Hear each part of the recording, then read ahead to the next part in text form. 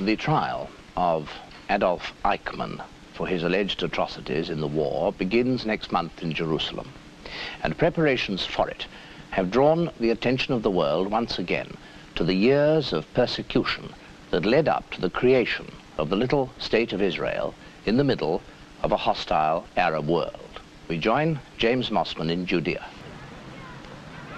The suburbs of Tel Aviv march boldly into the desert. With 500,000 inhabitants, it's still spreading fast. The way of life in Tel Aviv is overwhelmingly European. Indeed, it struck me that there was something almost German about those orderly ranks of suburban flats encircling the city. It's on the kibbutzim that you find the most dedicated Israelis. In theory, there's no private property on a kibbutz and no pay. Each man receives free food and clothing, and the profits are plowed back. What do you think of the trial of Eichmann that's coming up soon? Do you think this whipping up of the dust of the past is a good thing? Yes. Why? I'm sure, because there are some things that this Eichmann business is only a small part, maybe a major part, but only a part of the history of the Jewish nation. And there were many Eichmanns in the long history, many times, and this is an example that should be reserved. During the period from 1939 to 1945, the accused, together with others, placed many millions of Jews in living conditions which were calculated to bring about their physical destruction. And for the purpose of executing the final solution of the Jewish problem, the accused committed the following acts in respect of such Jews. 1. Putting them to work in forced labor camps. 2. Sending them to ghettos and detaining them there. 3. Driving them into transit camps and other concentration points. Do you agree with the Eichmann trial?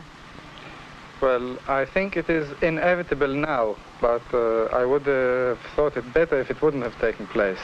That's to say, I see that it was forced on us. What country does your family come from? We come from Germany, from Berlin.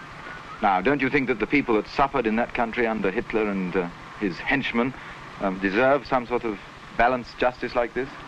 Well, I don't think it has anything to do with this kind of private justice. It is out of this conception. Yes, there's no feeling of...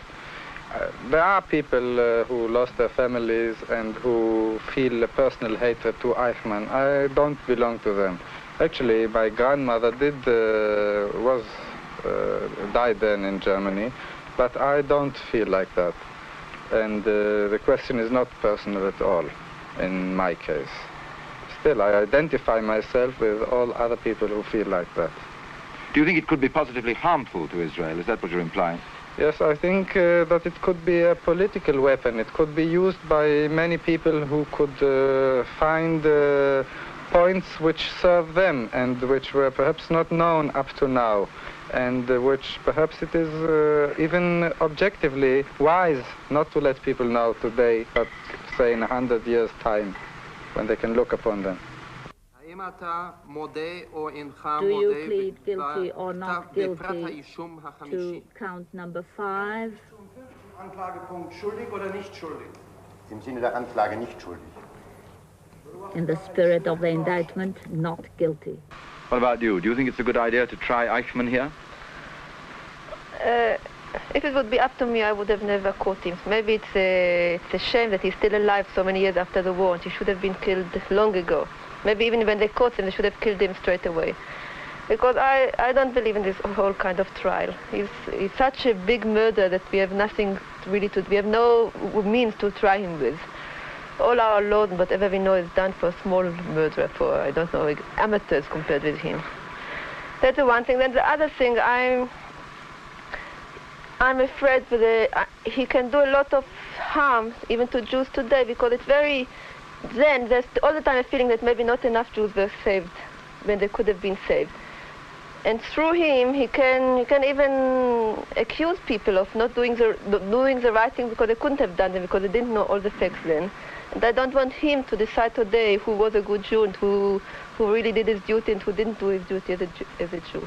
Your Prime Minister, Mr. Ben-Gurion, of course, says that he thinks that the younger generation here must be reminded of all those horrible days. That's also true. I mean, it's also, people should, maybe they shouldn't forget it, and maybe historically it's very important that the whole human race should know to what people can come under certain, I don't know what made people like Eichmann, but there are such people that they happen in history. Maybe it's important for the whole world to know. But for me personally, it's the most unpleasant feeling to know that he's even existing under the same sky with me. If it would be up to me, I would be happy he would have never entered this country. And that's all until next Monday. Good night.